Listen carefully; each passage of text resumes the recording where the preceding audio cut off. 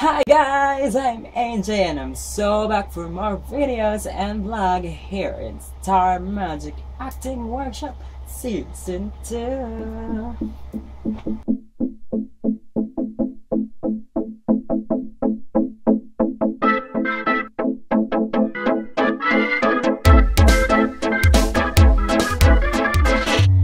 Y'all might be wondering why I'm back for acting workshop. Yeah, good question.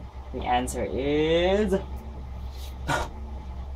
I failed first workload.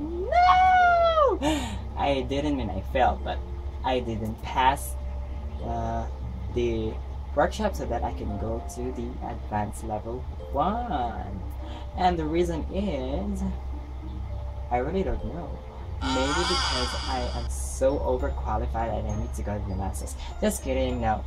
Because siguro I still lack life experiences. I really don't have anything to tell to or to share it to them where I can, they can relate to me, because I just really have a good life, and I'm not saying that I'm so sad that I really don't have problems, but I'm so thankful that I really don't have. But I think I just need to give it to my acting skills, and maybe I still lack. And now I'm so back for acting workshop because I am gonna prove to them that they are so wrong. And you know what I did on our finale? So good. If you really want to watch it, you can just go to, oh no, it'll pop up here, just press that link there, and you can watch what I did on our graduation, and you'll be the judge. Okay. Okay, that's enough for a review on what happened last sem, because now I'm so back for more videos and workshop and acting, and I'm so gonna do this forever and ever and ever.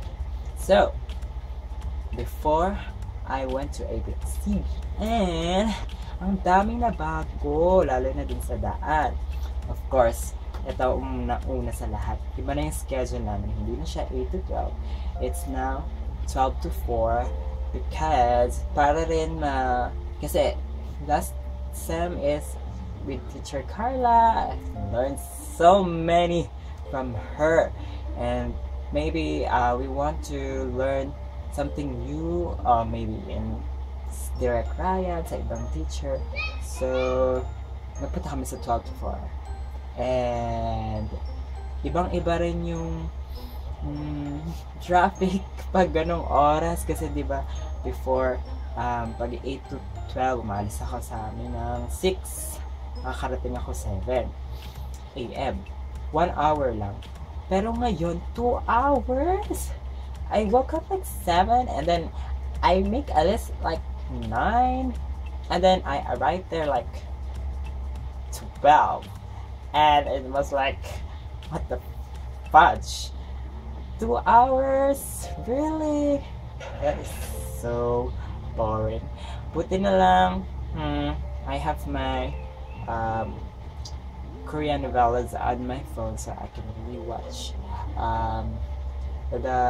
What I'm watching right now is Personal Preference, starring Lee Min-ho, the most handsome Korean ever actor.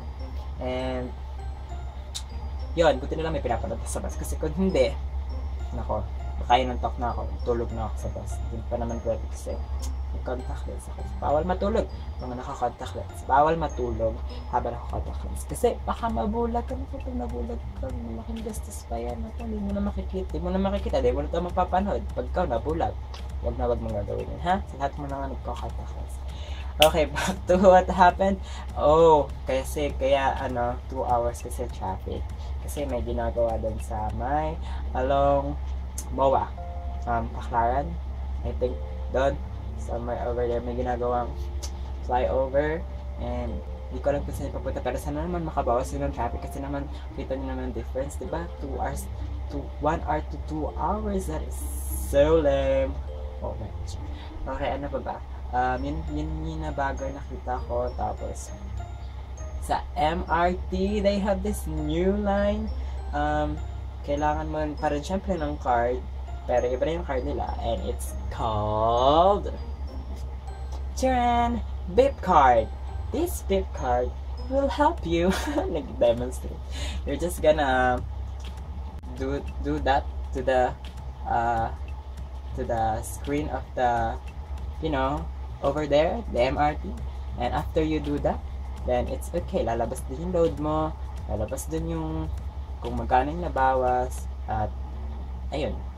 Hindi ko lang alam kung meron pa rin siyang may libre pa rin siyang ride. Kunwari, 10 pesos na lang, pero 24 yung babayaran. Hindi ko alam kung gagana pa rin siya. Pero it's so amazing ha, ang bilis gagana. Tsaka, ikaw na yung mismo bibili ng ganito. Pipila ka lang doon. Meron dong vending machine. Tapos, lalagay mo yung pera mo. Tapos, babagsak mo ito. Makukuha mo ito. At, reloadable siya. Amazing, right? Reloadable. It's so cool. So, I think mas, convenient at mas mapapabilis yung pila sa MRT. Tsaka sa LRT rin. So, ayun yung bago. Ito pa yung bago. Ano pa ba? Ayun. Pagdating ko doon, diba, it's like 11:45 na. Nagpapanik na ako kasi bakit ganun? 2 hours yung biyahe. Daya. Hindi tuloy ako nakakain ng lunch. I'm so hungry. Pagdating ko daw, nagbayad muna ako para makuha yung mga remaining balance. But nagbayad mo ako kasi hindi ako makakapasok. Hindi ako. Ayan. How much pala the fee? It depends on your enroll. So for me, it's acting workshop. It's 14,500. The voice and the dance, they are different. Hindi ko alam kung sure kung it's like 13 yata. So every SEM it's different. So if gusto niyo mag-enroll like SEM, just visit their starmagic fan page on Facebook. Para nakakita niyo din mga requirements. So, ayan, nagbayad na ako, tapos nakuha ko na rin yung ID, bago na rin yung ID, at kung makikita niyo ang aking suot, starmagic workshop. This cost like $250. Binili ko to ng enrollment, at saka, bago na yung logo nila. Diba? Bago na kasi, bago na yung logo ng starmagic. So, ito yung logo ng starmagic. And, it's so cute. Yan. Ano pa ba? Tapos, so, ayun, nakita ko na yung dati kong workshoppers na si Yao and si Carl. And then, what's new on the first day?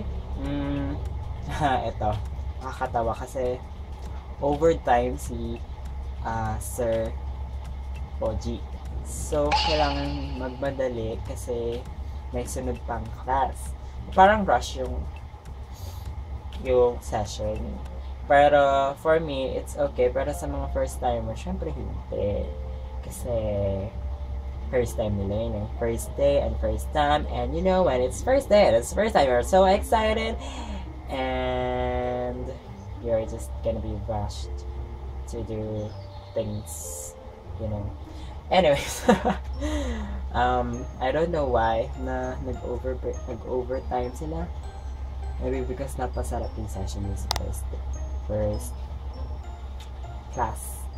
Ginawa namin, introduce yourself, and it's so funny kasi introduce yourself. Sabi ko last time, ako yung naunang mag-volunteer para magpakilala. Tapos ngayon sabi ko, give others chance naman. So, ayun. Sabi ko, hindi ako mag-volunteer ngayon kasi parang yung iba naman yung mauna. Ay, ang nangyari, ay, nakakatawa talaga. Nakakatawa, no? Ito. Kasi ang nangyari, nakilala ko ni Sir Oji. Nakilala. nakilala niya yung face ko. Napaka-cute. Oh, tandaan niya. Tapos, tandaan niya, no? Sabi niya, kilala kita. Kaya, oh my gosh. Tapos, ako yung pinauna niya. Sabi, sinong gusto mag-volunteer? First magpakilala. Ikaw na lang, kuya lang hair. Dahil kilala na kita. Sabi ko naman. Hindi na ako, pero ayun, pakilala ko. Anjhae the superstar. O, di ba wala na makakahigit sa superstar? Ano, kinabahan ng mga sumunod sa akin. Hindi na nila alam, sabihin nila. Joke lang. Tapos, ayun. Ano pa ba ginawa namin? Activities, tapos meron pang mga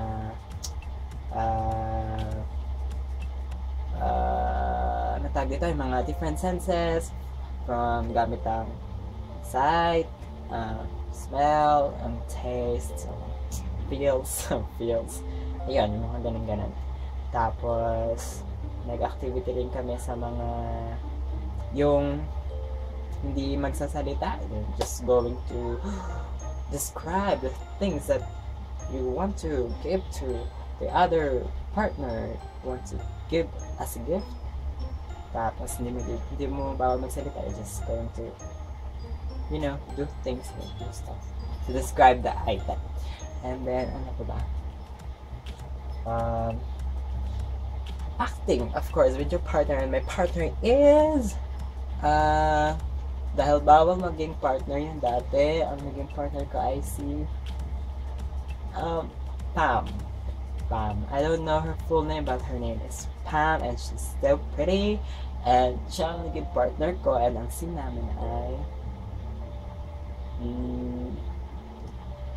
ina-accuse ko siyang pinagkakalat siya sa mga classmate namin na nandaya daw ako sa exam namin, kaya ako nakakuha ng perfect score. Kapalang mo. Nag-aaral ako ng mabuti, hindi ako nandadaya kahit kailan hindi ako nandaya. Tampo lang yan. So, yun yung nangyari. At ang comment sa amin ay work with your partner and work with your partners. Work with your partner. Mas maayos daw yung impromptu. Impromptu. Yeah, mas maayos daw yun kaysa yung ngayon na medyo ready kami. Maybe because kasi rush nga kasi siya. So, yung minds namin, like, oh my gosh, kailangan namin magmadali matapos na to kasi magta-time. So, I don't know. Pero yung iba, they did really good. And, parang mix ngayon, hindi masyadong madaming girls, pero marami rin yung girls. Pero medyo mas, mas mga bata. Tapos meron rin naman mas older sa akin, tapos meron rin naman kasing age ko. Pero mas feeling ko mas marami yung bata ngayon, mas marami yung bagets. And of course, pretty face and handsome faces all over. And ayun, marami rin naman nag-stand out at saka marami rin namang kailangan pa ng practice. Kailangan pa nila ng rehearsal. Marami rehearsal. Ano pa bang nangyari? Yun. Katapos nun, nandun si Teacher Carla. Si Teacher Carla! Oh my gosh, I miss her so much. And I also saw Teacher Jerry. Niyakap na sila. At saka sabi ni Teacher Carla, kami daw mag-student nila. So, ang teacher namin is Teacher Carla again! And meron siyang movie. May teacher namin, may movie. Watch niyo yan, ang Everyday I Love You starring Enrique Hill and Liza Zambrano this October. I don't know the date, but I think it's October 23, 24, 28. Watch nyo na. Holiday pa naman. Oh, ito si Teacher Carl. Anyways, yung teacher namin, pero hindi pa yun sure kasi, pero sabi niya, kami daw ulit. So, dapat daw galingan namin para daw maka-advance na kami. Sabi ko, ma'am, no advance, not advance, master class. Let's go for master class. Pero ayun. So, that's all. Alam ko pa na mangyayari next week, pero I'm so excited. We're all excited na. Pero wala namang pinadala na kung anything. So, pero if you Facebook na lang daw kami ito text na lang kami ni Ate Jane. So, ayan. Thank you so much, guys, for watching. What happened? Ang dami nangyari na. Kulang pa yan. Meron pa marami. Punta lang kayo sa Facebook page ko dyan sa baba. Makikita nyo, nasa baba. Ito na ba? Dyan sa baba. Sa description, punta na kayo doon. Marami pang mga pictures and behind the scenes mga hindi ko nasabi ngayon dito. Ano pa bang sasabihin ko? That's all guys. Thank you so much for watching. I'm your Anjhae. This is my video blog for Star Magic Acting Workshop Season 2. Bye!